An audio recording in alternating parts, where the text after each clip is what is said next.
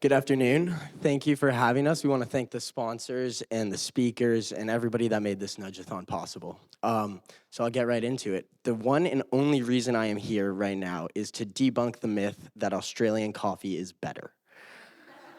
So that might sound a bit naive coming from a tasteless American, but I think that using our techniques, we might actually be able to convince you guys that that American coffee is better. And so if I were to get Steve and Sharon and share with them a bunch of pre-bunking and debunking techniques and have them come up and share with you why they believe American coffee is better, you might just be more inclined to believe that. So we decided to leverage the power of social networks and trusted authority figures to create, to help debunk and pre-bunk misinformation around clean energy infrastructure.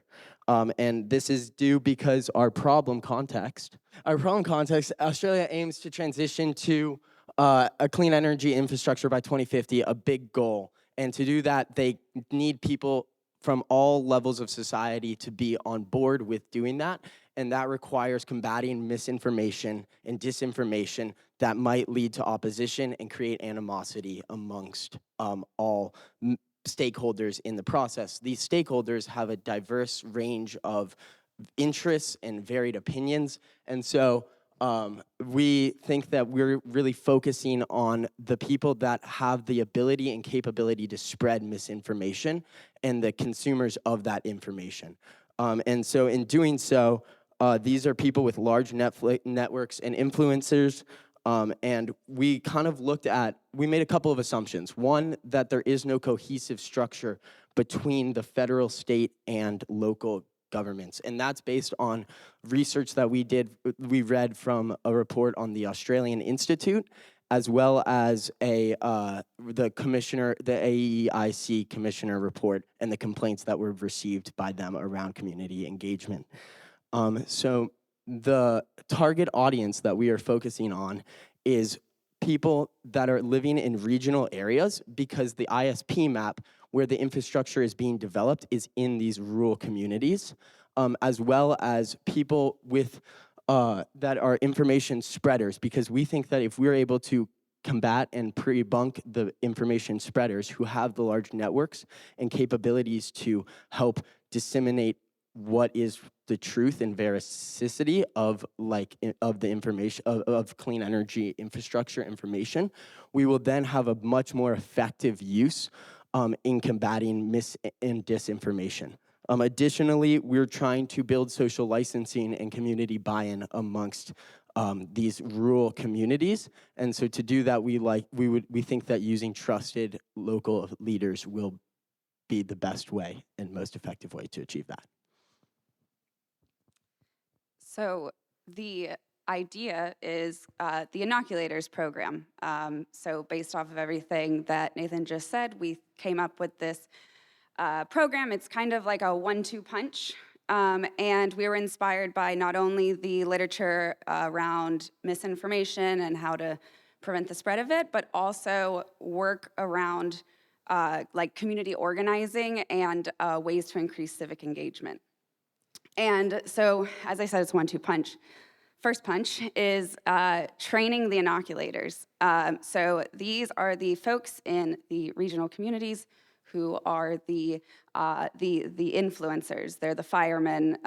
They're the leaders, the people that residents look up to. And we train them in these techniques to inoculate against misinformation about the transition to clean energy.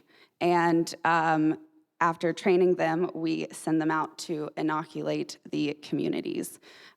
It's a more bottom-up approach and leveraging the power of 3 key design principles. The first is we're leveraging the existing social networks.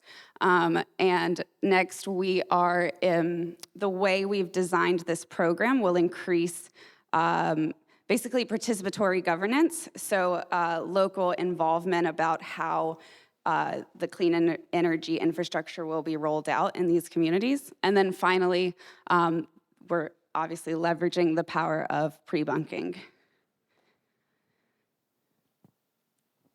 Thank you.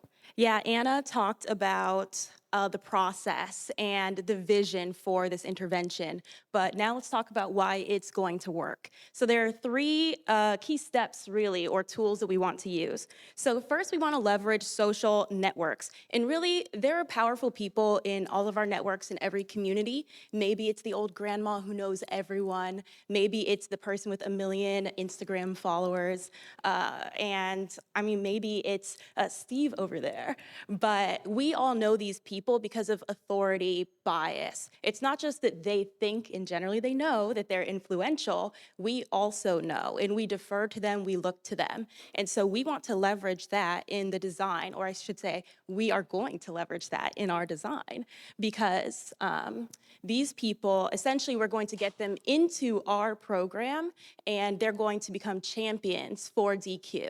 So we're going to leverage social cues. We're going to give them merch and icons that they can go into the community with, and they're going to essentially show people that they believe in the sustainability movement, this infrastructure transition, and because of the minimal group paradigm and social identity theory, they, or people like us, are gonna look to them and say, wow, I wanna do that too, I wanna be part of that club.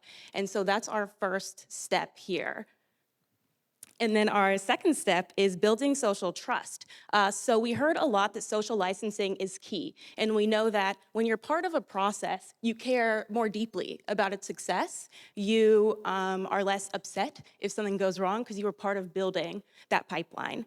And so this transition, and what we want to do is to integrate the community from the very beginning through co-creation. So actually this class is going to be different in every community because we want to have conversations up front and ask people, what do you care about? What aren't we getting? Because we're not from your community, but we want to know.